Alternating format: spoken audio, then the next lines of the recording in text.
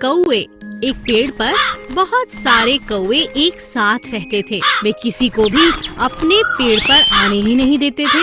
कौवे बहुत शैतान थे, हमेशा अपनी मस्ती में ही लगे रहते। एक दिन जंगल में चारों ओर अंधेरा ही अंधेरा हो गया। बरसात का मौसम था और जोर की आंधी चल पड़ी। कुछ ही देर में जोर की हवाएं चलने लगी। कुछ ही देर में एक चिड़िया आई और उसने कौवे से कहा, भाई कौवे, बरसात होने वाली है, मुझे भी थोड़ी देर अपने पेड़ पर शरण दे दो। क्या मैं थोड़ी देर यहाँ रुक जाऊँ? मौसम ठीक होते ही चली जाऊंगी। नहीं नहीं। नहीं नहीं, तुम यहाँ से कहीं और चली जाओ। हमारे पेड़ पर हम पहले ही बहुत सारे कौवे हैं और हमारे बीच में तुम्हारा क्या काम? हमें बिल्कुल पसंद नहीं कि कोई और पक्षी हमारे पेड़ पर आए। तुम आगे जाओ, कोई और पेड़ मिल जाएगा, और अगर यहाँ जबरदस्ती आई तो मैं तुम्हें भगा दूंगा, समझी? चिड़िया समझ गई कि कौवा बहुत घमंडी है।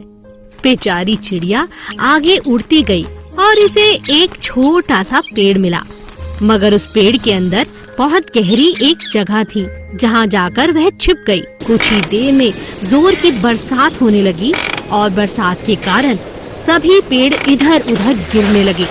चिड़िया का पेड़ बहुत छोटा सा था मगर मजबूत था, इसी कारण वह पेड़ नहीं गिरा। पूरी रात बरसात होती रही।